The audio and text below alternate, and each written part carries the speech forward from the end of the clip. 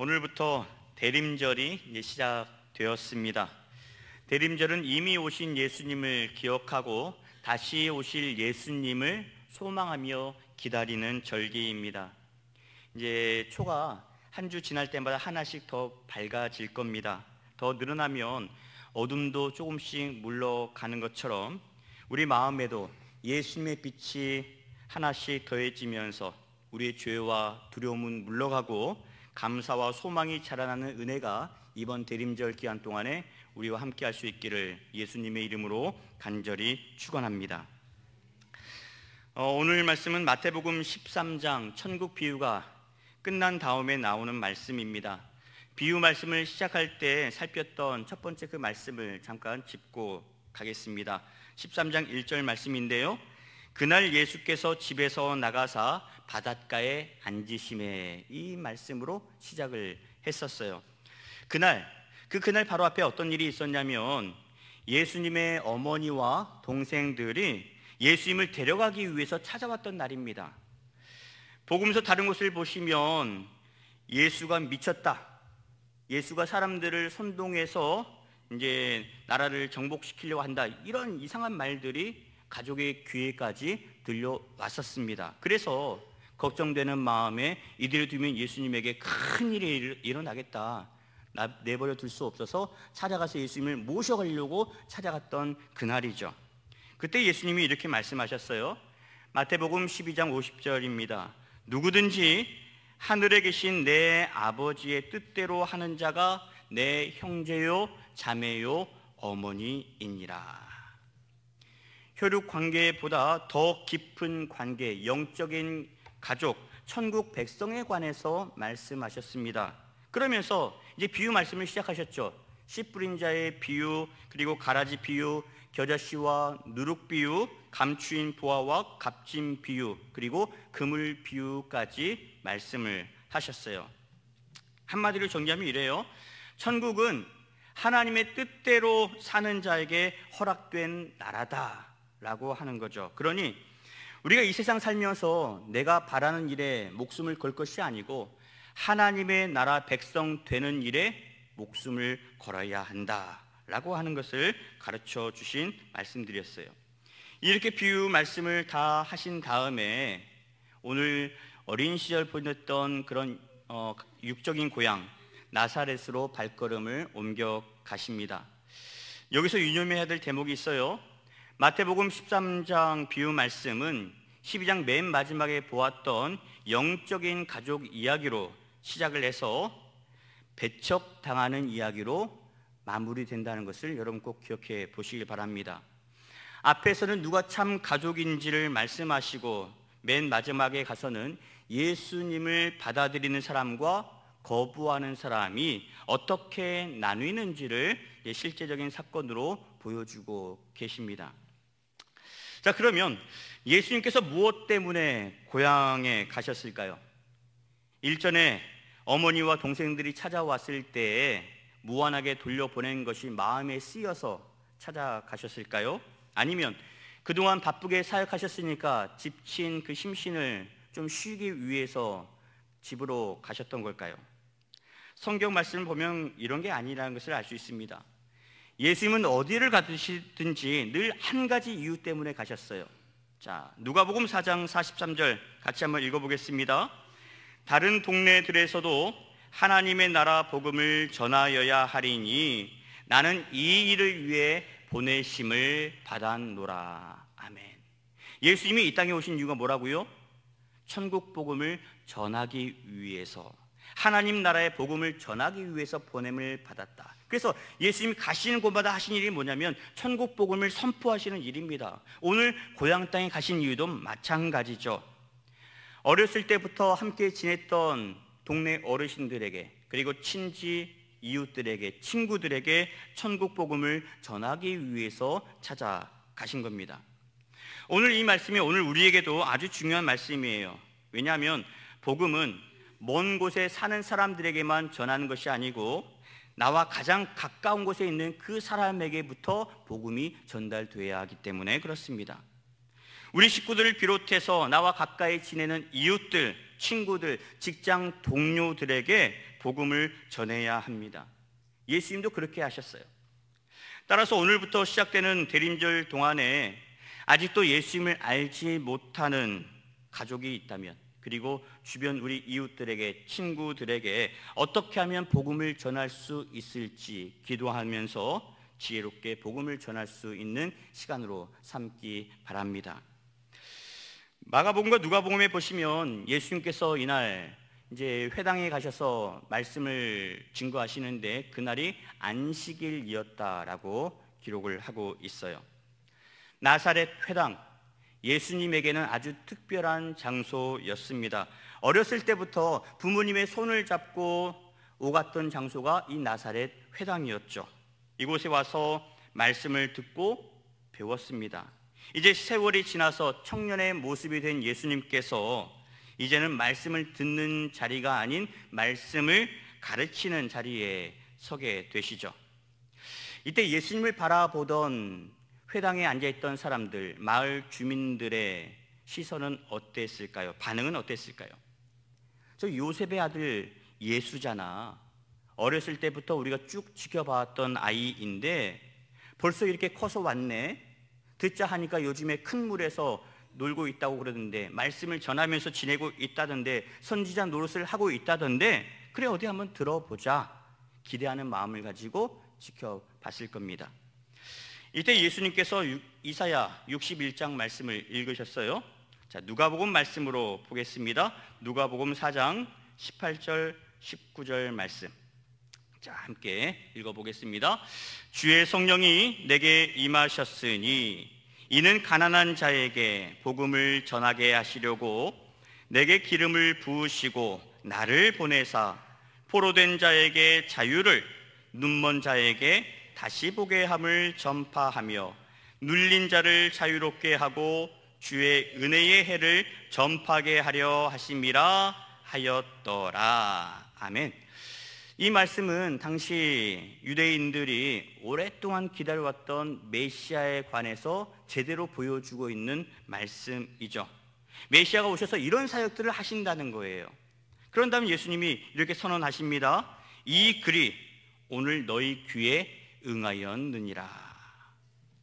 너희가 그토록 기다려왔던 메시아, 하나님께서 기름 부으신 이가 바로 누구라는 거예요?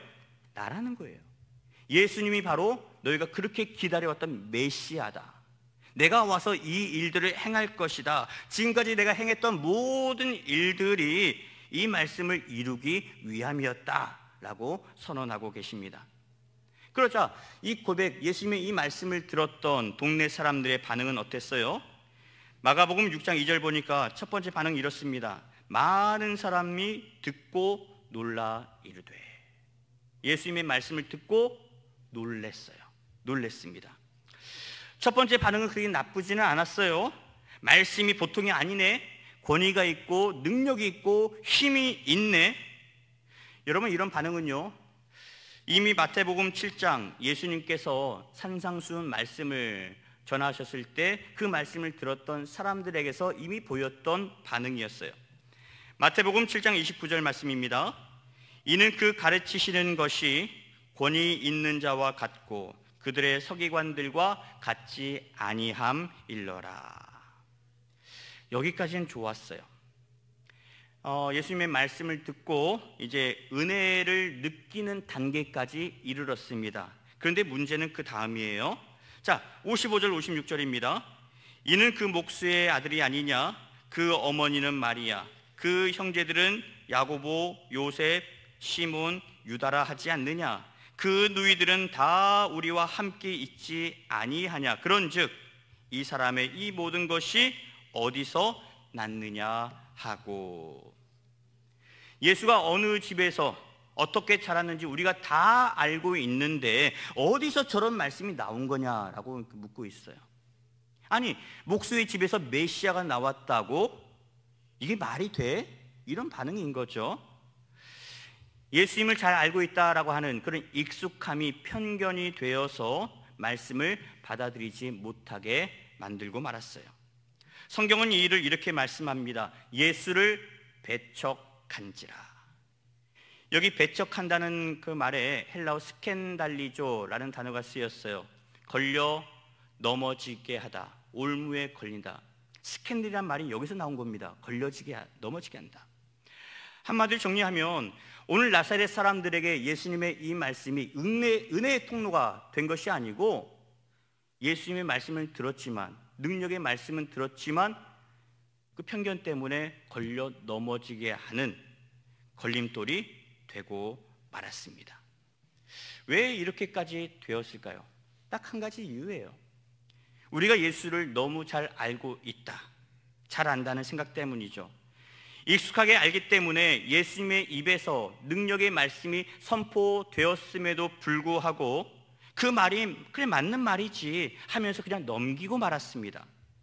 나와는 관계없는 그런 말씀으로 치부하고 말았다라고 하는 거죠. 여러분, 이런 일은요 우리에게도 얼마든지 일어날 수 있습니다. 내가 어렸을 때부터 교회를 수십 년 다녀봐서 잘 알아. 웬만한 말씀은 내가 다 들어봐서 알아. 이 본문으로 된 설교를 수없이 내가 많이 들어봤어. 오늘 목사님이 무슨 말씀을 하시려는지 대충 감이 와. 여러분, 이렇게 잘 안다라고 하는 그 생각이 많아질수록 어떻게 되냐면 그 말씀이 나를 그 말씀 앞에 나가지 못하도록 만들고 맙니다. 여러분, 학생들 보십시오. 이제 방학이 되면 이제 선행 학습들 많이 하지 않습니까? 선행 학습하는 이유가 뭐예요? 학기에 들어가서 더 열심히 잘할 수 있도록 미리 예습하고 가는 건데, 어줍지 않게 공부를 했던 친구들은 어떻게 합니까? 이거 나 다 배운 거야, 다 아는 거야. 그러면서 정작 본 수업 때는 집중하지 못하는 그런 경우가 있지 않습니까? 그러면 선행 학습이 오히려 그 친구에게는 좋지 않은 영향이 될 수가 있다라고 하는 거예요. 대림절은요, 예수님을 잘 안다라고 생각하는 사람들에게, 그리고 어떤 일에 대해서 편견을 가지고 있는 사람들에게 익숙함이 주는 폐해에 관해서 경고해 주고 있는 그런 계절입니다. 편견이 어떻게 눈을 가리게 되는지 예화 하나를 소개해 드리겠습니다. 영국의 평론가 중에 버나드 쇼라고 하는 분이 있죠. 이분이 영국 사회의 미술 평론을 살피다가 재미있는 사실을 하나 발견을 했다 그래요. 미켈란젤로의 작품을 좋아하는 사람들일수록 로댕의 작품은 이유 없이 싫어한다는 그런 사실을 발견했습니다. 그래서 이런 편견을 내가 깨보겠다라고 하는 그런 의지를 가지고 성대한 파티를 열었어요. 그리고 미켈란젤로를 좋아하는 사람들만 초청을 했습니다. 식사가 끝날 무렵 그림 한 점을 보여주면서 얘기를 해요. 여러분, 이 작품 어떻습니까? 멋있지요? 그 유명한 로댕의 작품입니다. 그 순간 여기저기서 야유가 쏟아집니다. 저것도 그림이냐, 구도도 엉망이고 색감도 이게 배치가 뭐 이루어지지 않고 조화가 되지 않고 내가 발로 그려도 저것보다 낫겠다, 이런 원색적인 비난까지 이어질 정도로 야유가 자자했어요. 잠시 후에 버나드 쇼가 말합니다. 여러분, 제가 실수했네요. 이 그림은요 로댕의 작품이 아니고 미켈란젤로의 작품입니다. 그 순간 정막이 쫙 흐릅니다. 로댕의 작품은 형편없다는 선입관 때문에 정작 미켈란젤로의 작품을 보면서도 혹평을 쏟아 놓았던 거죠. 오늘 나사렛 사람들이 그랬어요. 예수님이 어떤 집안에서 자랐는지 잘 안다는 이유로 목수의 집 아들은 메시아가 될 수 없다는 그 선입관 때문에 하나님의 나라가 눈앞에서 펼쳐지는데도 그 나라를 보지 못했고요, 이로 인해서 은혜를 놓치고 말았습니다. 이런 편견이 예수님을 배척하는 요인이 되고 말았던 거죠. 사랑하는 여러분, 우리 안에도 이런 편견이 있을 수 있습니다. 말씀으로 사람이 변화된다고 저 사람은 평생 가도 변하지 않아, 혹시 그렇게 단정 짓고 있다면 우리도 하나님께서 하실 일을 우리 스스로 제한하는 모습이 되고 맙니다. 말씀의 능력은 무한하고 복음의 능력은 위대한데 말이죠. 예수님께서 이어서 말씀하세요. 57절 하반절입니다. 선지자가 자기 고향과 자기 집 외에서는 존경을 받지 않음이 없느니라. 누가복음 4장에 보시면 그 의미가 좀 더 분명하게 드러납니다. 누가복음 말씀으로 보실까요? 4장 24절입니다. 또 이르시되 내가 진실로 너희에게 이르노니 선지자가 고향에서는 환영을 받는 자가 없느니라. 자기 땅에서는, 자기 고향에서는 인정받기 어렵다라고 말씀합니다. 그러면서 엘리야와 엘리사 두 선지자의 예를 드십니다. 엘리야 때 이스라엘 온 땅에 극심한 기근이 들었었죠. 이때 엘리야는 이스라엘이 아닌 시돈 땅 사렙돈 과부에게 보내심을 받았습니다. 그리고 엘리사 때 이스라엘에도 나병 환자가 그렇게 많았지만 그들 중 누구 하나 고침받지 못했고 오직 이방 사람 수리아 사람 나만 장군만이 고침을 받았던 그 얘기를 예수님이 꺼내시죠. 무엇을 말씀하시려고 하는 건가요? 하나님께서 자기 백성을 먼저 찾으셨어요. 그런데 그 백성이 선지자를 거부했기 때문에 하나님께서 베풀고자 하셨던 은혜가 이방인에게로 흘러갔다라고 하는 얘기를 하시는 겁니다. 오늘 나사렛의 경우도 똑같아요. 예수님은 오늘 고향 사람들에게도 천국 복음을 전하기 위해 찾아오셨습니다. 그런데 이들이 예수님을 거부했습니다. 그래서 58절 보실까요? 그들이 믿지 않음으로 말미암아 거기서 많은 능력을 행하지 아니하시니라. 이유가 뭘까요? 예수님에게 능력을 행할 힘이 떨어져서 그런 걸까요? 그런 게 아니잖아요. 저들의 불신앙 때문이었습니다. 저들이 지금 말씀을 받을 만한 준비가 되어 있지 않았기 때문에, 믿음이 없었기 때문에 은혜의 역사를 고향 땅에서는 제한하셨던 거예요. 예수님은 다른 동네에서 하셨던 것처럼 고향에 가셔서도 병자를 고치려고 하셨습니다. 귀신을 내쫓으시면서 천국 복음을 전파하고 싶으셨어요. 그런데 저들의 마음이 굳게 닫혀 있기 때문에 더 이상 능력을 행하지 않으신 겁니다. 누가는 당시 상황을 이렇게 묘사했어요. 회당에 있던 사람들이 예수님의 말씀에 크게 화를 내면서 예수님을 산 낭떠러지 끝으로 데리고 가서 밀어 떨어뜨려 버리자.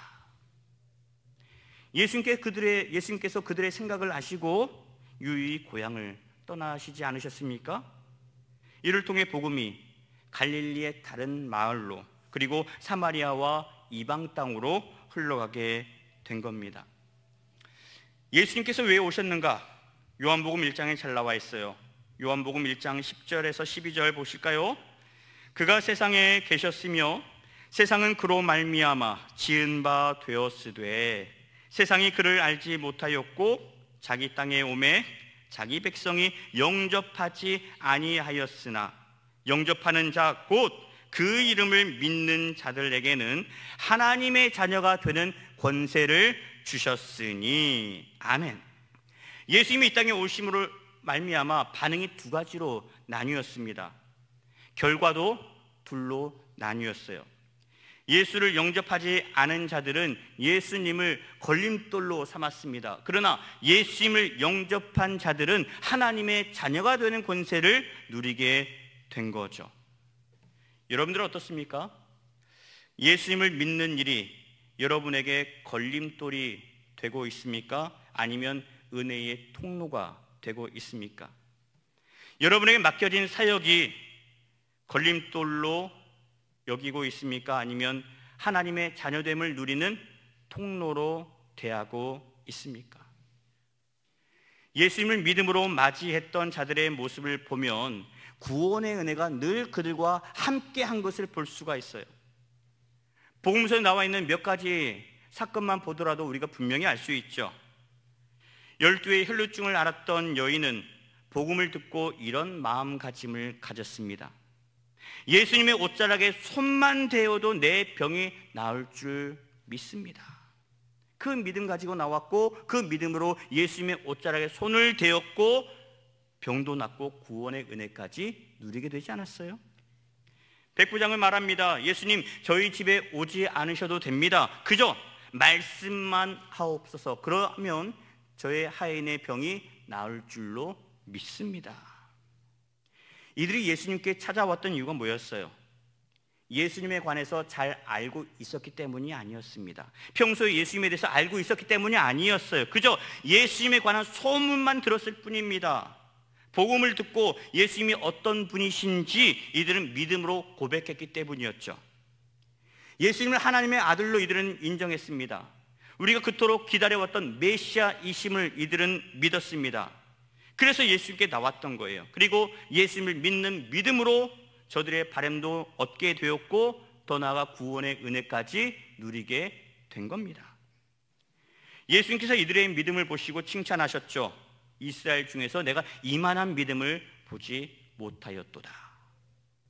반대로 고향 사람들은 오늘 예수님에 관해 속속들이 알고 있다는 생각 때문에 예수님의 말씀을 듣고도 믿음으로 반응하지 못했고, 그래서 은혜도 구원의 기쁨도 누리지 못했습니다.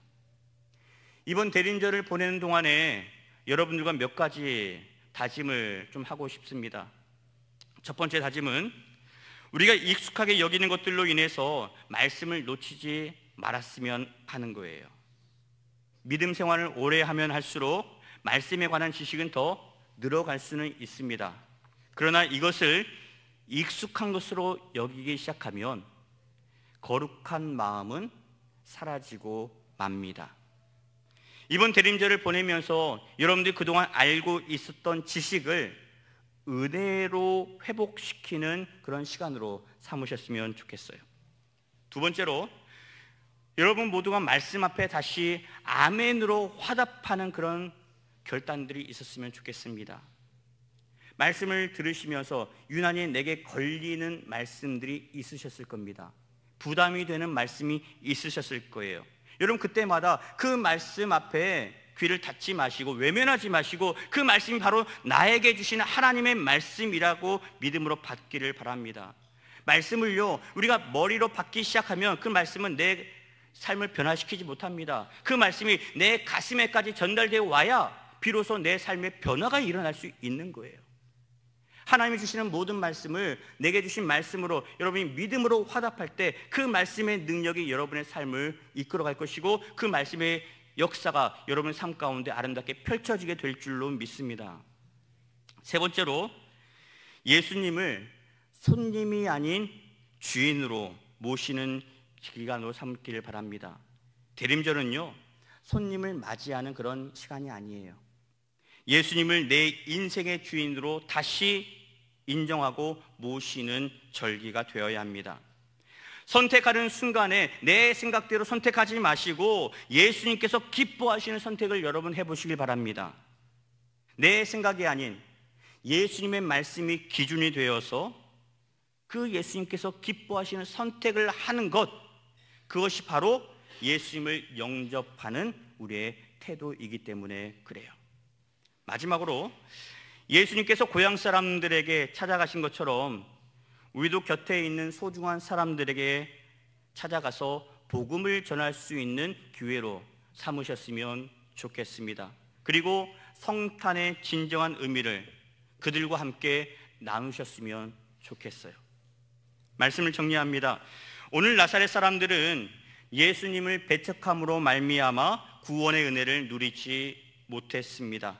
그러나 오늘 말씀을 듣는 저와 여러분은 나사렛 사람들을 반면 교사 삼아서 말씀의 능력과 구원의 은혜를 온전히 누릴 수 있었으면 좋겠어요. 우리 동부교회 성도들이 예수를 믿음으로 영접하였더니, 말씀을 내게 주신 하나님의 말씀으로 화답하였더니 가정과 교회와 수많은 자리에 수많은 능력이 회복의 역사가 일어났더라. 그리하여 기쁨과 평안이 넘쳤더라. 이런 은혜가 우리 가운데 넘쳐났으면 좋겠어요.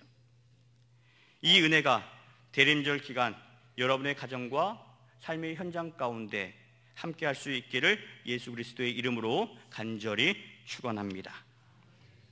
말씀을 기억하면서 함께 찬양하겠습니다. 나는 예배자입니다.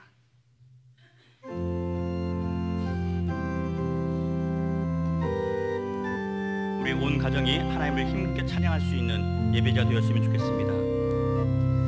나는 하나님을 예배하는 예배자입니다.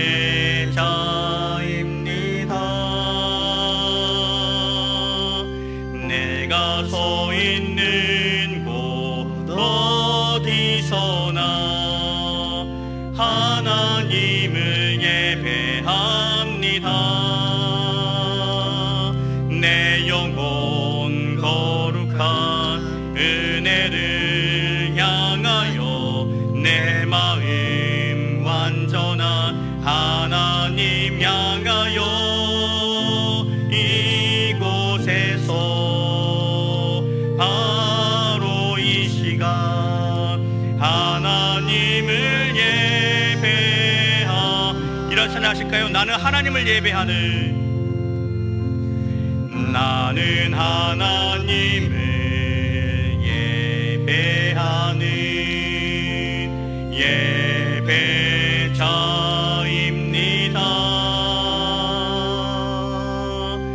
내가 서 있는 곳 어디서나 하나님을 예배합니다. 내 영혼 거룩한 은혜를 향하여 내 마음 완전한 하나님 향하여 이곳에서 바로 이 시간 하나님을 예배합니다. 내 영혼 거룩한 은혜를 향하여, 내 영혼 거룩한 은혜를 향하여 내 마음 완전한 하나님 향하여 이곳에서 바로 이 시간 하나님을 예배합니다.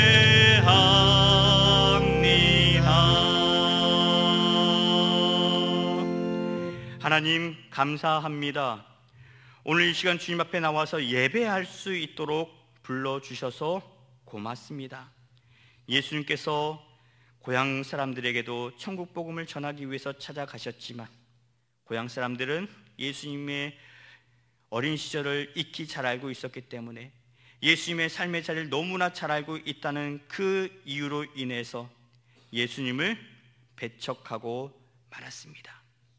하나님, 우리도 믿음 생활하면서 오랫동안 신앙생활을 했다는 그 연수로 인하여서 그것이 나의 자랑이 되고 있지는 않았습니까? 나에게 주셨던 여러 가지 직분들, 사명들, 그것이 정말 내가 기쁨으로 온전히 감당하지 못하고 그저 부담감으로 그 자리에 서지는 않았습니까? 나를 구원해 주신 그 은혜로운 말미암아 감사함으로 감당해야 될 자리였는데 주어진 삶의 여건들이 여의치 않다는 이유로 그렇게 한 발짝 뒤로 물러서지는 않았습니까? 하나님, 다시 한번 우리의 연약한 모습을 불쌍히 여겨주시고 하나님께서 허락해 주신 사역의 자리 앞에서 믿음으로 반응할 수 있도록 도와주시옵소서. 나를 구해 주신 그 은혜가 감사하여서 하나님 앞에 믿음으로 섰습니다. 찬양대원으로 섰습니다. 교사로 섰습니다.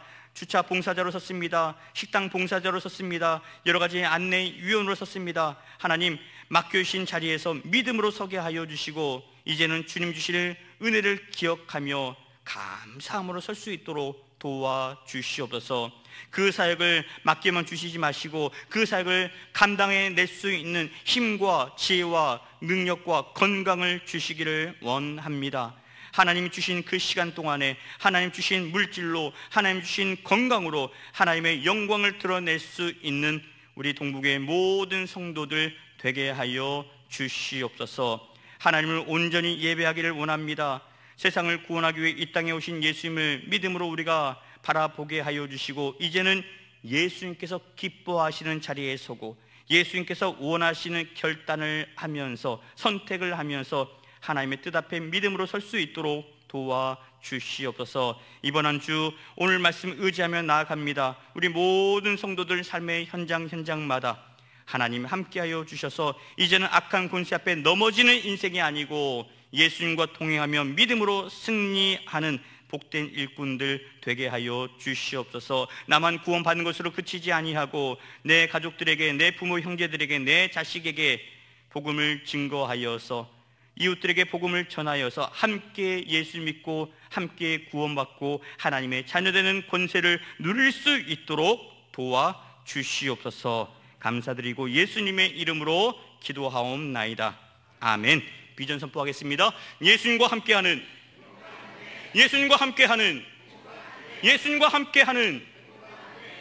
이제는 우리 구주 예수 그리스도의 은혜와 아버지 하나님의 그 크신 사랑하심과 성령님의 인도하시고 도우시는 거룩하신 역사하심이 우리를 구원하기 위해 이 땅에 신 예수님, 우리 안에 찾아오셔서 오늘도 말씀하시는 그 예수님과 함께 믿음으로 서고 믿음으로 결단하고 믿음으로 복음 전하기로 다짐하는 주의 거룩한 백성들 머리 위에 이제로부터 영원 끝날까지 함께 계시옵기를 간절히 축원하옵나이다. 아멘.